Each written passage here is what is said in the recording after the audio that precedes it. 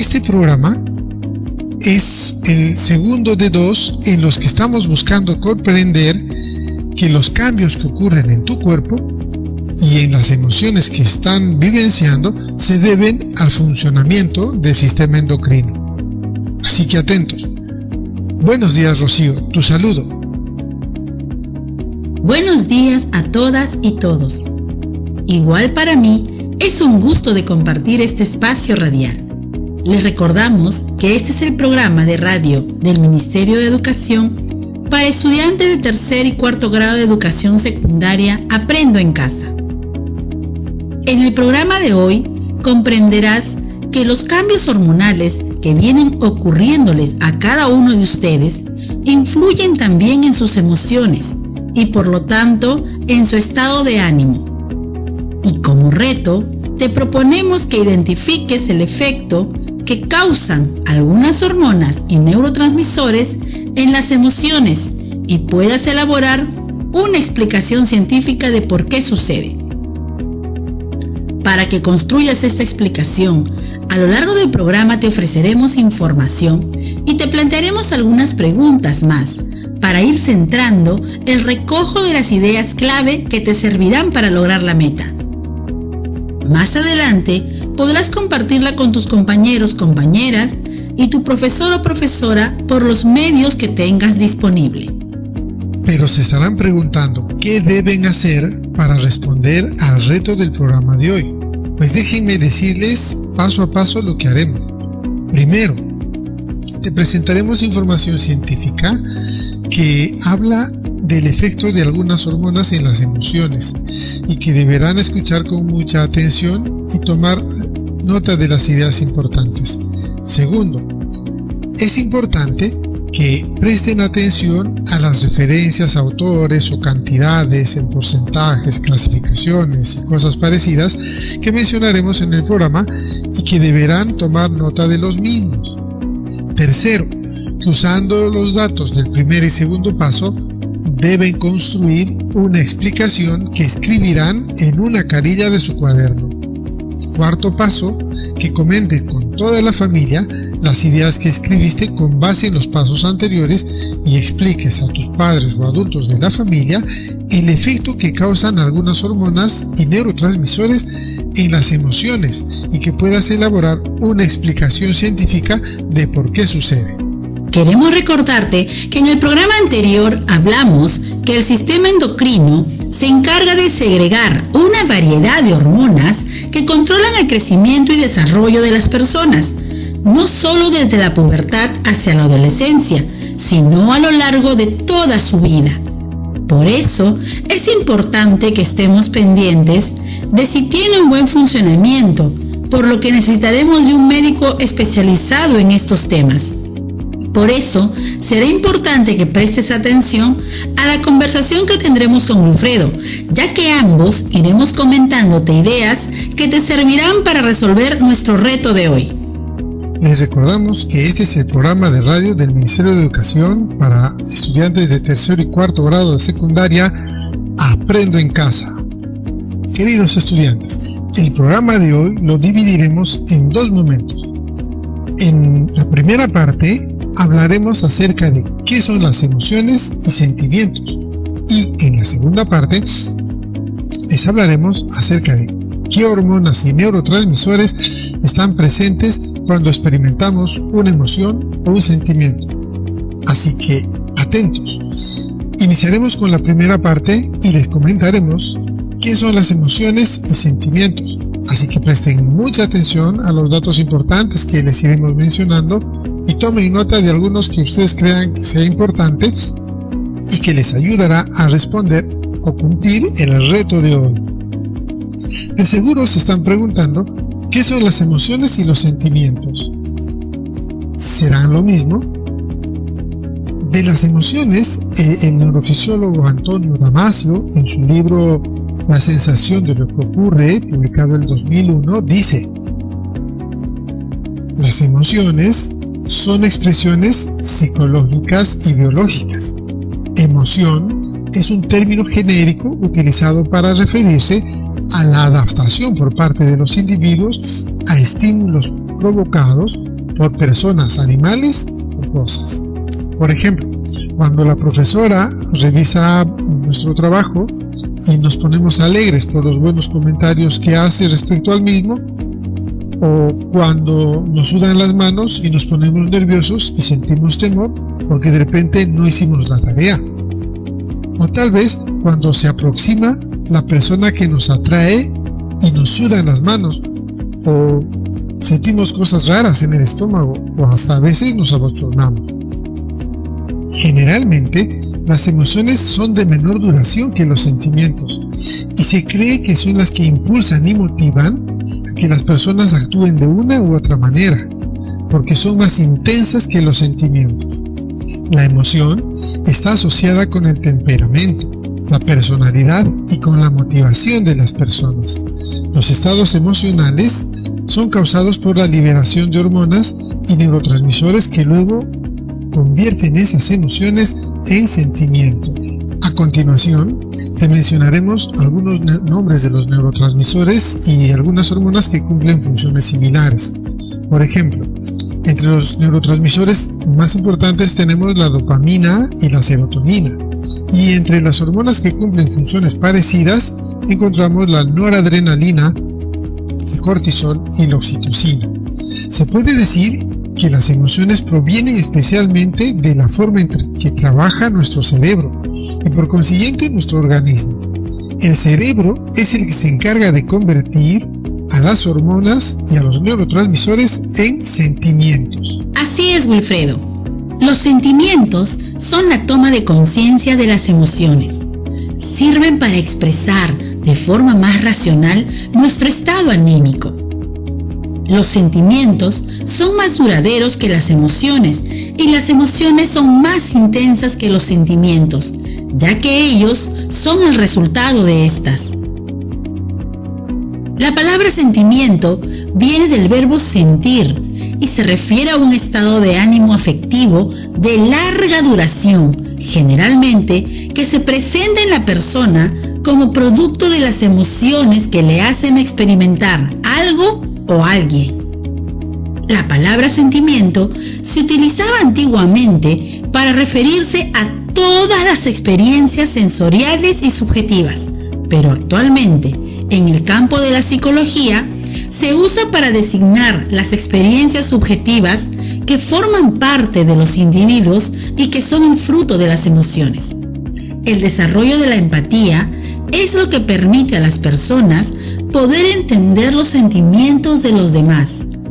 Algunos ejemplos de sentimientos incluyen los celos, el dolor o el sufrimiento. No todas las emociones son iguales.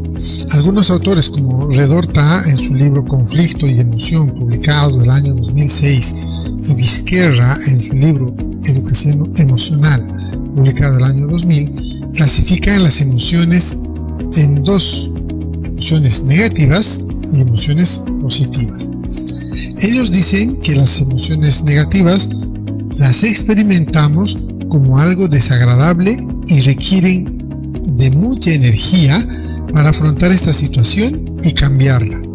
Un ejemplo es la culpa, emoción negativa que experimentamos cuando sucede algo desagradable. Podría ser cuando decimos mentiras a nuestros padres o cuando hacemos algo que no nos piden.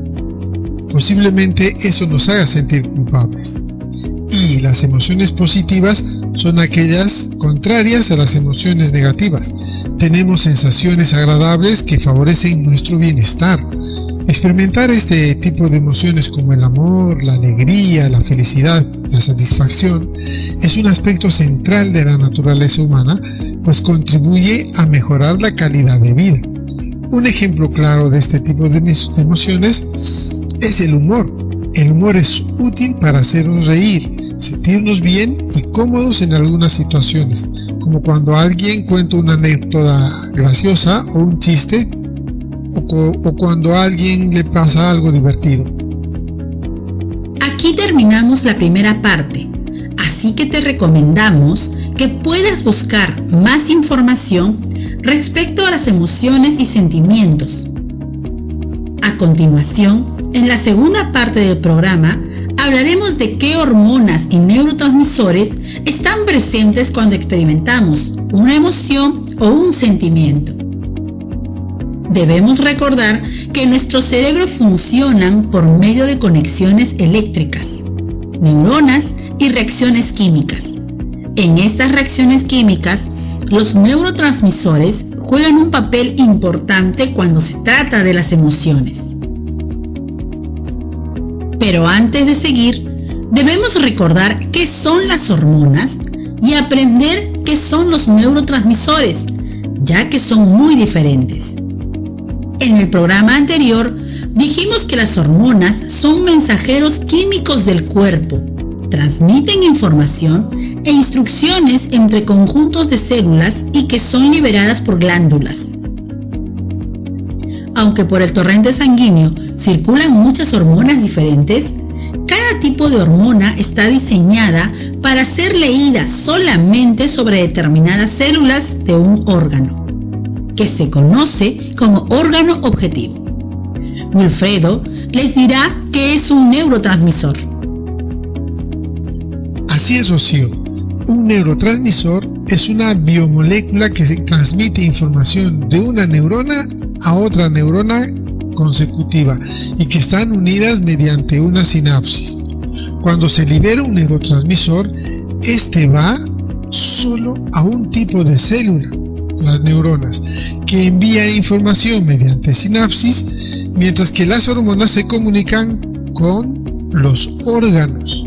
Claro, el órgano con el que una hormona se comunique dependerá del tipo de hormona que sea liberada, dando igual la distancia de donde se encuentre, viajando por el torrente sanguíneo. La hormona es liberada por una glándula endocrina al torrente circulatorio, mientras que el neurotransmisor es liberado por las neuronas en el espacio sináptico que existe entre neurona y neurona. Así es, Wilfredo. Sin embargo, algunas hormonas también actúan como neurotransmisores, como es el caso de la noradrenalina o norepinefrina, que interviene en la emoción de la tristeza y es secretada tanto por las neuronas como por las glándulas suprarrenales. Otras no actúan como neurotransmisores, sino como precursoras de ellas. Cabe destacar que la hormona tiene un tiempo más largo de acción y por lo tanto el tiempo de efecto de una hormona es mucho más prolongado que el de un neurotransmisor. A continuación les hablaremos solo de algunas emociones básicas como la felicidad, la alegría, el amor, la ira, el miedo y la tristeza. Según el diccionario, felicidad es un estado de ánimo de la persona que se siente plenamente satisfecha por gozar de lo que desea o por disfrutar de algo bueno. Esta emoción está fuertemente ligada a la segregación de endorfinas, también conocidas como hormonas de la felicidad. Segregar endorfinas nos hace sentir mejor, nos relaja, refuerza nuestro sistema inmunitario y aumenta la sensación de felicidad. Las endorfinas se producen en la glándula pituitaria y el hipotálamo. Se liberan durante la intimidad, la emoción, el dolor, el ejercicio, el consumo de comida picante y cosas parecidas. También se conocen como la morfina endógena. Endógena quiere decir que se produce dentro de nuestro propio cuerpo y tiene efectos similares al consumo de opiáceos, es decir, las drogas más antiguas del mundo, ya que alivian el dolor. Seguimos con la alegría. La alegría es producida gracias a las endorfinas y la dopamina. La dopamina se encuentra mayormente en el sistema nervioso autónomo, que se encarga de la regulación de las funciones viscerales involuntarias del organismo, por ejemplo, como los latidos del corazón. Se produce en diferentes partes del cuerpo como el hipotálamo, es liberada cuando se logran metas en la vida, se comparte con los amigos, cuando se tienen satisfacciones, placeres básicos como comer, beber, sexo, también Cuando se tienen experiencias exitosas como superar exámenes, conseguir un empleo, curarse de una enfermedad grave, ir de vacaciones, finalizar con éxito unos estudios, cobrar algún dinero, etc. Los bajos niveles de dopamina están relacionados con una disminución de nuestra sociabilidad, es decir, cuando nos alejamos de nuestros seres queridos. Además, la dopamina no es solo un neurotransmisor, sino que también es una neurohormona, es decir, que se vierte directamente al espacio sináptico, pero su tiempo de efecto es mucho más prolongado que el de un neurotransmisor normal. Algo que debemos tomar muy en cuenta, por lo que debemos tener mucho cuidado, es que durante el consumo de sustancias que crean dependencia como la nicotina, el alcohol y las drogas, se produce dopamina y por ello pueden generar dependencia. Ya saben, debemos tener mucho cuidado con el consumo de estas sustancias. La recomendación es evitar su consumo. A continuación, hablaremos del amor. Cuando las personas se sienten enamoradas, segregan un cóctel de sustancias que hacen de esta sensación un proceso algo complejo. En este caso, hablaremos del enamoramiento. Es necesario que prestes mucha atención, ya que estas sustancias tienen unos nombres algo especiales. El amor libera dopamina, serotonina y oxitocina. Recuerde esos nombres: dopamina, serotonina y oxitocina. Por eso cuando nos enamoramos nos sentimos entusiasmados, llenos de energía y nuestra percepción de la vida es magnífica. Pero los neuroquímicos del enamoramiento vienen a chorros y al cabo de un tiempo. Al igual que lo que le pasa a alguien que consume drogas durante mucho tiempo, llega a un periodo de tolerancia, es decir, que estas sustancias ya no le hacen casi ningún efecto.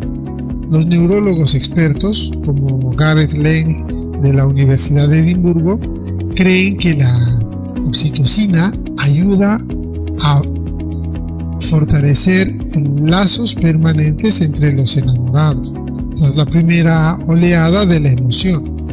La hormona actúa cambiando las conexiones de miles de millones de circuitos neuronales. Eso es conocida como la hormona de la confianza o de los abrazos, y se libera en grandes cantidades durante el orgasmo y en cantidades más pequeñas cuando te cogen de la mano o cuando los animales lamen a sus bebés, por ejemplo. Ellos pueden segregar esa clase de hormonas también. Hay otros detalles más, pero que por el tiempo que tenemos en radio solamente vamos a comentarles estos que les hemos mencionado. Va a ser importante que si te interesa profundizar sobre este tema, puedas apoyarte en una buena enciclopedia. A continuación, les hablaré de la ira. La ira es una de las emociones más habituales.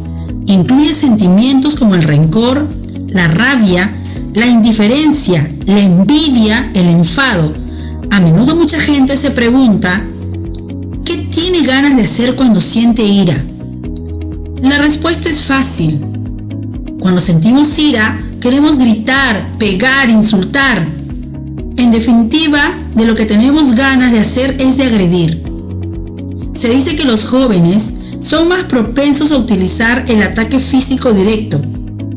Y por ejemplo, las mujeres son más sutiles y estratégicas y optan por el ataque indirecto. Pero al final es un ataque que fácilmente puede derivar en violencia. En los lóbulos frontales tiene lugar el control de la ira.